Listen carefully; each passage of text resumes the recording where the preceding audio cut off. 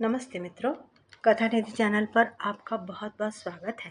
एक बहुत ही प्यारी सी लघु कथा के साथ आपके सामने प्रस्तुत हूँ। कहानी पसंद आए तो लाइक और शेयर जरूर कीजिएगा और चैनल पे नए हो तो चैनल को भी सब्सक्राइब जरूर कर लीजिएगा। कहानी का नाम है पराई बेटी। तो चलिए कहानी शुरू करते हैं। माँ, भाभी को मायके मत जाने देना, मेरी परीक्षाओं का बहाना बना देना। गरिमा ने अपनी माँ को पहले ही सब समझा दिया। जब उन्होंने ये बात अपनी बहू के सामने रखी तो बहू का चेहरा लटक गया।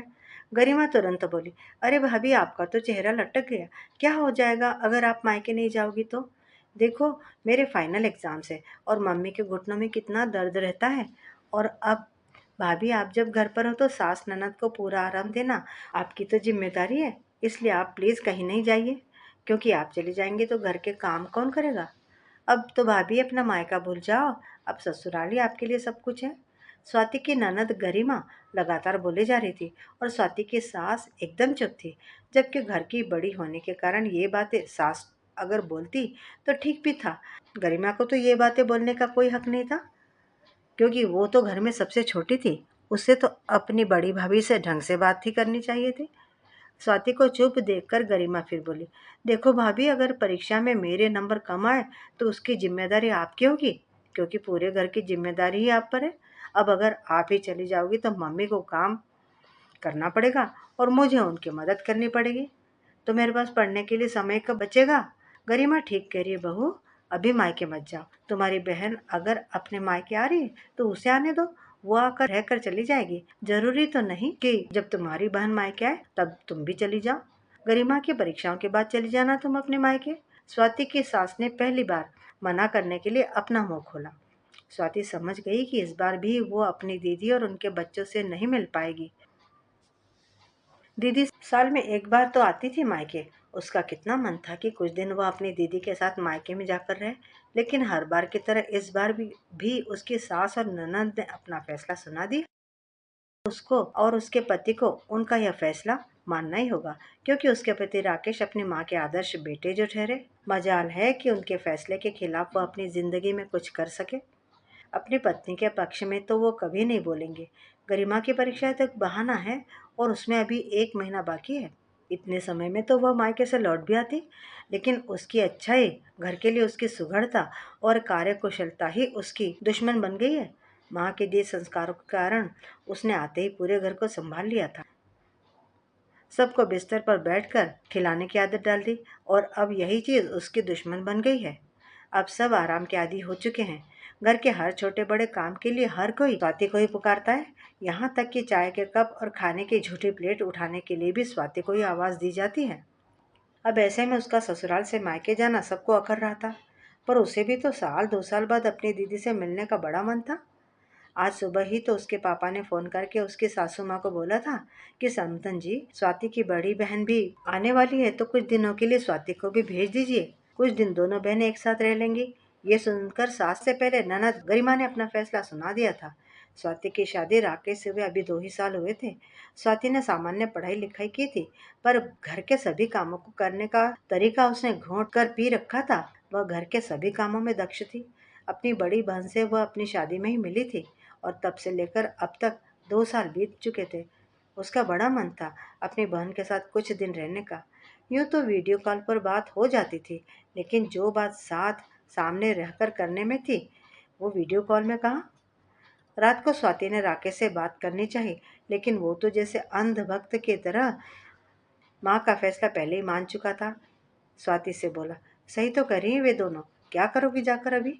ससुराल आकर मायके को बुलाना ही पड़ता है। अब तुम्हारे लिए पहले ससुराल के रिश्ते होने चाहिए। मायके के रिश्ते पीछे छूट चुके हैं। मम्मी इतने दर्द में काम कैसे करेंगी? और अगर गरिमा के कम नंबर आए तो इसकी जिम्मेदार तुम ही होगी। उसकी बात सुनकर स्वाति चुप रह गई। उसे दुख तो बहुत था कि जिस पति के सहारे मायके से ससुराल आई, कम से कम वह तो उसका दर्द समझे, उसकी तरफ से 2 शब्द बोले। पर वह तो उसकी बात को सुनना और समझना ही नहीं चाहता था। अगले दिन स्वाति के पापा का फोन फिर से आया, लेकिन स्वाति की सास इस बार साफ साफ मना कर गई और फोन रख दिया। देखकर स्वाति का दिल टूट गया। वो उदास मन से घर के कामों में लगी हुई थी।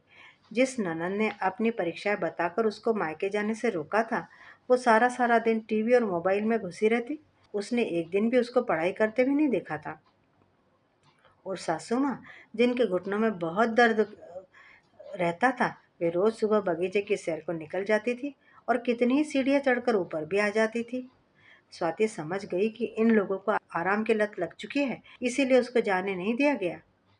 खैर, वक्त बीतता गया और गरिमा की फाइनल परीक्षाएं भी हो गई और साथ ही साथ उसके लिए लड़का भी देखा जाने लगा।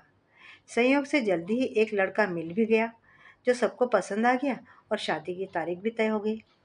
गरिमा की बड़ी बहन गीता, जो कि अपने परिवार के साथ विदेश में रहती थी, उसको भी बता दिया गया। अब स्वाति पर दोहरी जिम्मेदारी आ गई थी। उसको शादी की तैयारियां भी करनी थी और घर के काम भी संभालने थे। कब सुबह से रात होती थी, स्वाति को पता ही नहीं चलता था। समय नजदीक आता जा रहा था।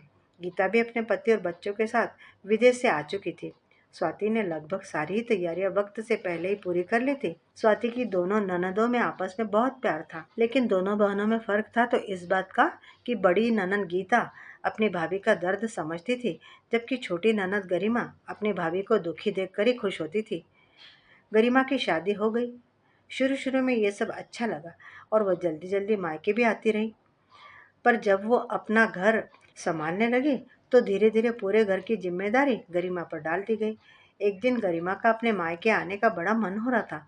उसने अपने पति को थोड़ी देर के लिए मायके ले जाने के लिए कहा तो वो कुछ बोलने से पहले ही उसकी सास ने जवाब दिया, एक ही शहर में मायका है, लेकिन इसका ये मतलब नहीं कि तुम रोज रोज ही मायके जाकर बैठ जाओ। शुरू शुरू की बात और थी, लेकिन अब तुम्हारे ऊपर घर की जिम्मेदारी है। तुम अगर इसी तरह मायके जाती रहोगी तो घर कौन संभालेगा। ये सुनकर गरिमा का चेहरा उतर गया।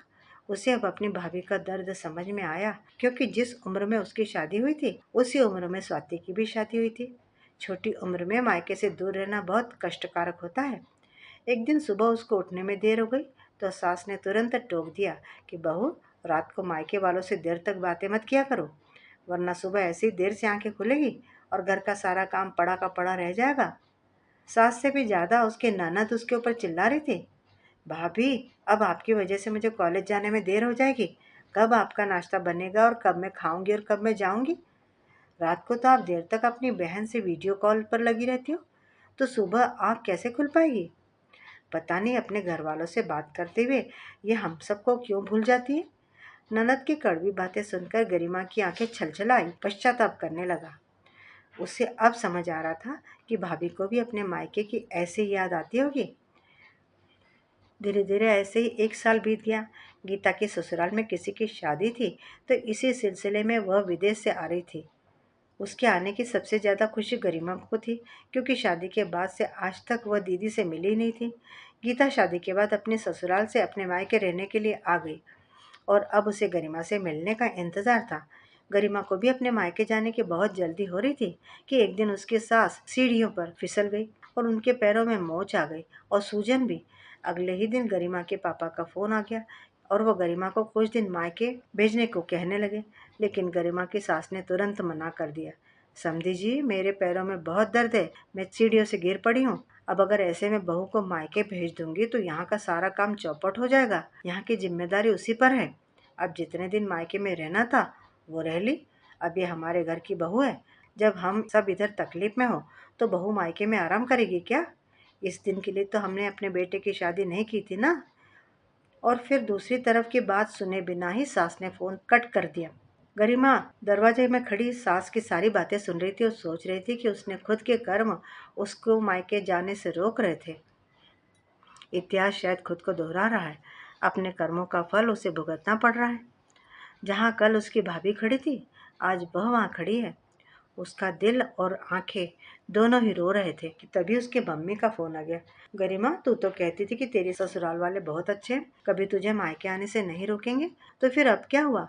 क्या हो जाता अगर बहू को 2-4 दिनों के लिए मायके भेज देते तो दोनों बहनें मिलकर आपस में दिल की बातें कर लेती। माँ, मेरे ससुराल वाले अच्छे हैं या नहीं मुझे नहीं पता, लेकिन स्वाति भाभी के ससुराल वाले बिल्कुल अच्छे नहीं हैं। हमने भी तो कितनी ही बार भाभी का दिल दुखाया है उन्हें मायके न भेजकर। कभी परीक्षाओं का बहाना बनाया तो कभी तुम्हारी बीमारी का। आज जब यही सब मेरे ससुराल वाले कर रहे हैं तो तुम्हें और मुझे क्यों गलत लग रहा है। वे क्या गलत कर रहे हैं, सभी यही तो करते हैं। बहू एक बार घर आ जाए तो जैसे वो उनकी निजी संपत्ति हो जाती है। न वो अपनी मर्जी से मायके जा सकती है और न अपने ससुराल में अपने मायके वालों को किसी को बुला ही सकती है। अगर मायके भेज भी दिया जाए तो बीच में ही बुला लेते हैं। उसकी सांसों तक पर ससुराल वालों का हक होता है।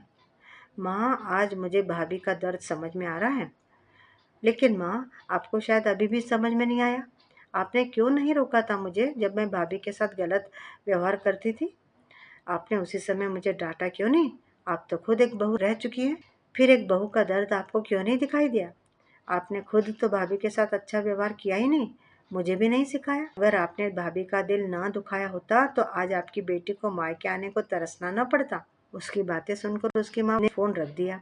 गीता कुछ दिन रहकर चली भी गई। इसके कुछ दिन बाद गरिमा को एक हफ्ते के लिए मायके भेजा गया।